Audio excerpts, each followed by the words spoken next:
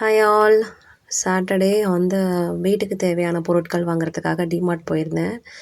அப்போ இந்த மாதிரி நிறைய கப்ஸு, பிளேட்ஸு இதெல்லாமே கொஞ்சம் ரீசனபிள் ரேட்டில் போட்டிருந்தான். பார்க்க நல்லா இருந்துச்சேன்னு வாங்கினேன். ஓகேவா.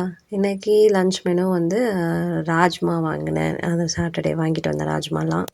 ஸோ ராஜ்மா போட்டு கிரேவி வச்சுட்டு சப்பாத்தி தான் பசங்களுக்கு இன்றைக்கி லன்ச்சுக்கு கொடுத்தேன்.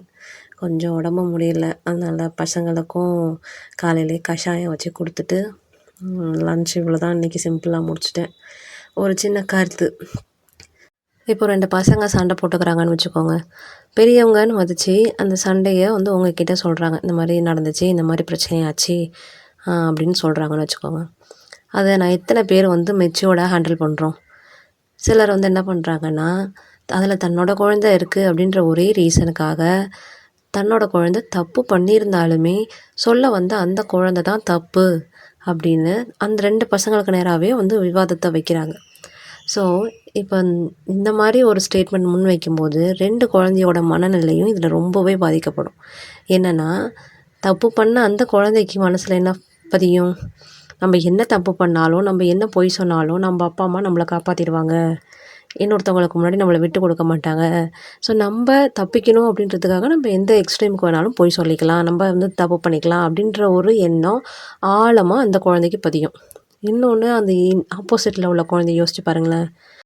எவ்வளோ பெரிய பிரச்சனையாக இருந்தாலும் நீ முடிவு எடுக்கக்கூடாது, வீட்டில் உள்ள பெரியவங்ககிட்டேயோ இல்லை ஸ்கூலில் உள்ள பெரியவங்ககிட்டேயோ நீ சொல்லணும் அப்படின்னு சொல்லி கொடுத்து வளர்த்துருப்போம்.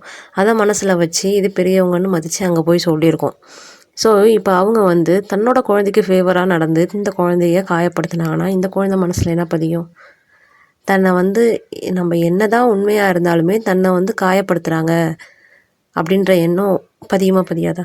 அஃப்கோர்ஸ் 2 குழந்தையும் தப்பு பண்ணியிருக்கலாம். நீங்கள் மெச்சூர்டாக ஹேண்டில் பண்ணணுன்னா என்ன பண்ணியிருந்துருக்கணும்?